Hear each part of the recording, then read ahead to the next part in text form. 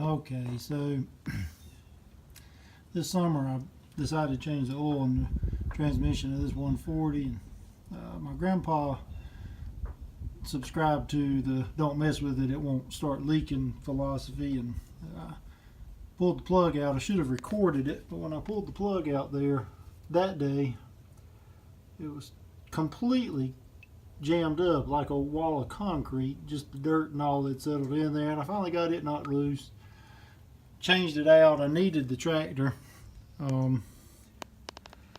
put fresh gear oil in it. Now it's January. I pulled it back out and you see what came out of it. It was full of water and dirt and all steel. Ran a gallon or so of fuel oil in it, diesel fuel in it, and ran it through all the gears, ran the PTO a little bit, got it kind of warmed up. Came out here to drain that out and got that out of it.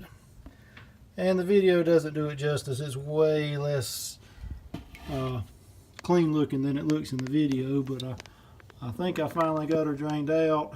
I'm probably going to have to do this again sometime or the other, but I have my gear oil. I'm going to put it back in there, let it drip just a little bit more, and hopefully not have to worry about this again for a little while, although I might after the end of next year, after I mow with it and all some, swap it out again.